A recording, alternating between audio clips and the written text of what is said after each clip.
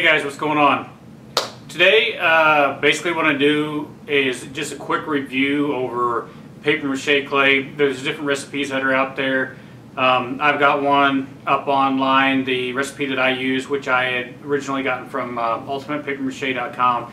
But since I released that and put that out, there were different people who had asked me if I had tried the recipe with the green fiber insulation.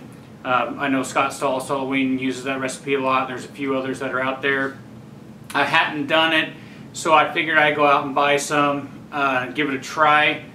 So I made the clay with the green fiber insulation, and I made it about 2 or 3 different ways, followed 2 or 3 different recipes that used it.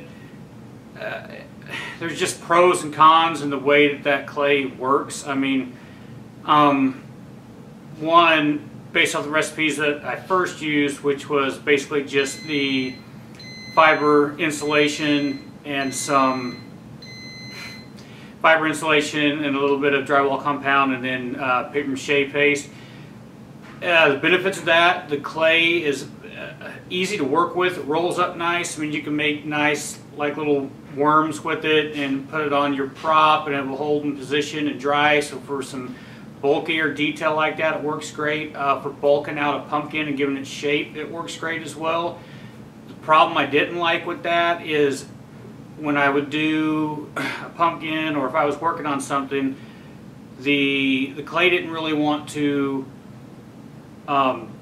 smooth out into the rest of it as well as what I'm used to or what I like. I mean, and I did all the techniques as far as smoothing, using paintbrush and paper mache paste and this and that, but it just never really kind of joined in the way I liked it. Now the toilet paper style mache that I used before, the clay that I used before, I could always get like a seamless join whenever I'm working 2 pieces of clay together, and I liked that. And I was also able to really carve fine details in with the toilet paper side of it. This green insulation, I couldn't quite, carve the detail in how I liked it following those recipes. However, I do like it, and the insulation's fairly cheap. I mean, the bale that I bought was only $8, so versus a bunch of a thing of 12 rolls of toilet paper for $5, I think this stuff will go a lot further. So I didn't want to give up on the green insulation just due to the fact that it was so cheap. So what I did do, and what I'm having great luck with now, which I'm really kind of enjoying, is I took the original recipe that I used and replaced the toilet paper with the green fiber insulation.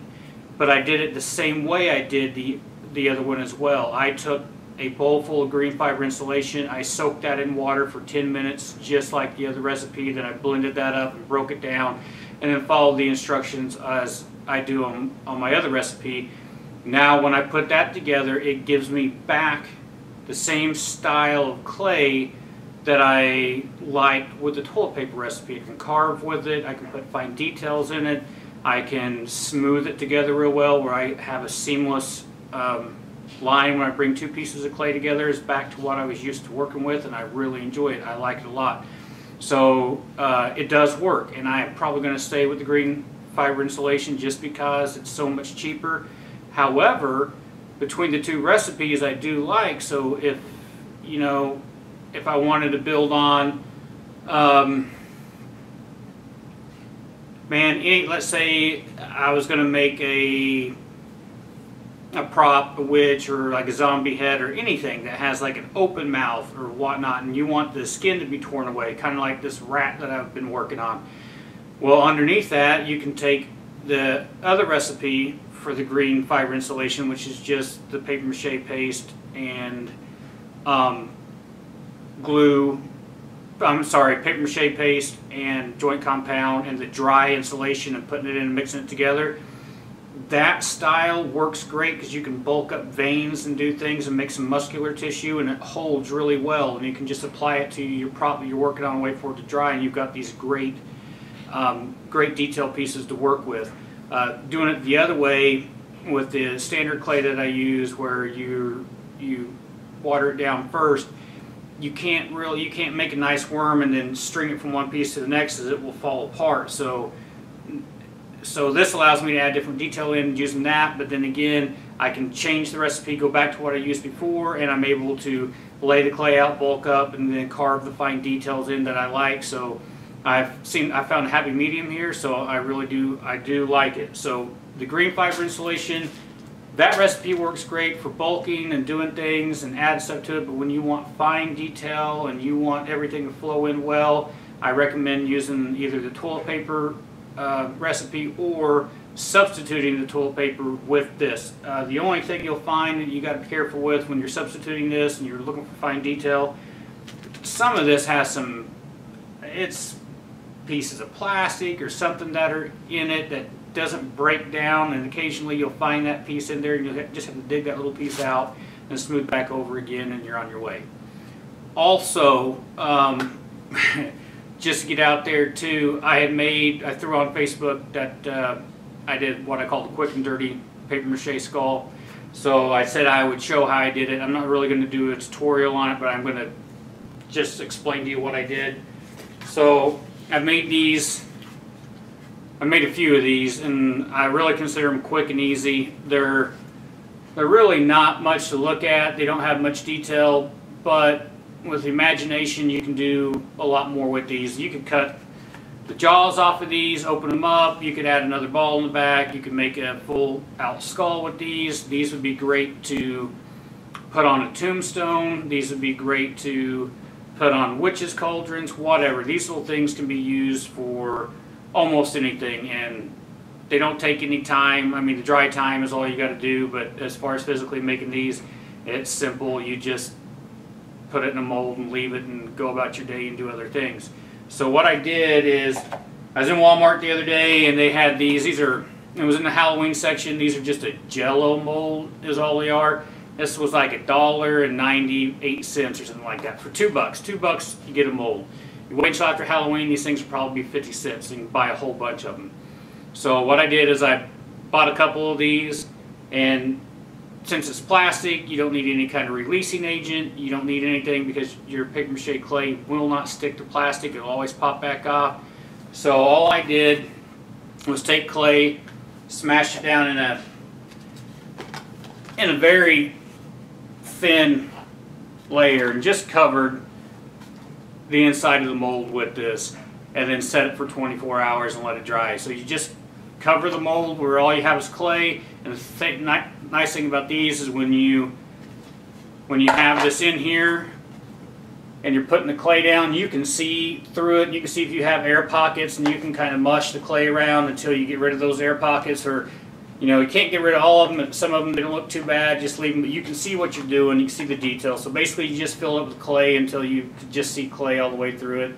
Then you just throw it in front of a fan, let it set for 24 hours, let it set overnight. Now here's the thing, sets overnight, you come fill it on this side that's exposed. This is pretty dry and hard. However, everything in here is still pretty wet because there's no way for the air to transfer out of this. So the next day, what you'll want to do, I've got in my arsenal of tools, this is just it's actually a painting tool that they use for painting. I don't know. I'm not a painter, so I don't use these. I just saw them, thought they would be good for sculpting with, so I bought them at Michael's. I think I bought a package of these for $5 or $6, something like that. It wasn't bad. Anyway, back to the point. Next day, it'll be hard. It'll be in there. All you got to do to get these things out. This tool worked great because it's flexible, it bends, and I was able just to slide this in through the crack in here, and then you can see, maybe you can see, that'll focus. I was able just to get this in there and slide it around the head of the skull, and all I did was release the suction that was on there, and then I was able to pop it out, and then you had your skull here. Now, it's still a little pliable when it first comes out because this section's still wet, but it will hold its shape. Just go take it and lay it out in the sun or lay it in front of a fan, and in a few hours it's dried up and ready to go. So if you had, I don't know, if you went to Walmart and bought 20 of these things, you could put 20 of these together in less than an hour, easy. You just set them out to let them dry and then pop them out the next day, and you've got these skulls. Yeah, maybe it's a little more time consuming than spraying insulation foam in or whatnot, but as cheap as it is to make the clay. I mean, my goodness, I've probably got 25 cents worth of material in this little thing, because one batch of clay that you make go a long, long way. You can fill many of these skulls. I mean, I made a couple of these skulls and then still use the clay to mold and shape some hands that I was doing and work on some other projects. So it's very cheap, very easy to do. Just throw it in the mold, walk away, leave it, let it dry, pop it out, and then you've got this generic little skull that can be used for anything. You can add to a prop, you can cut this thing up with your imagination and make a good looking skull out of it. I don't know. I just couldn't pass it up. It was quick and easy. I think what I'm going to do is make a witch's cauldron and attach some of these to the sides of it just to give it a little more detail. And I may even throw a couple of these on a tombstone. I don't know. We'll see. But they're just too much fun. So anyway, quick, cheap, easy, dirty skull.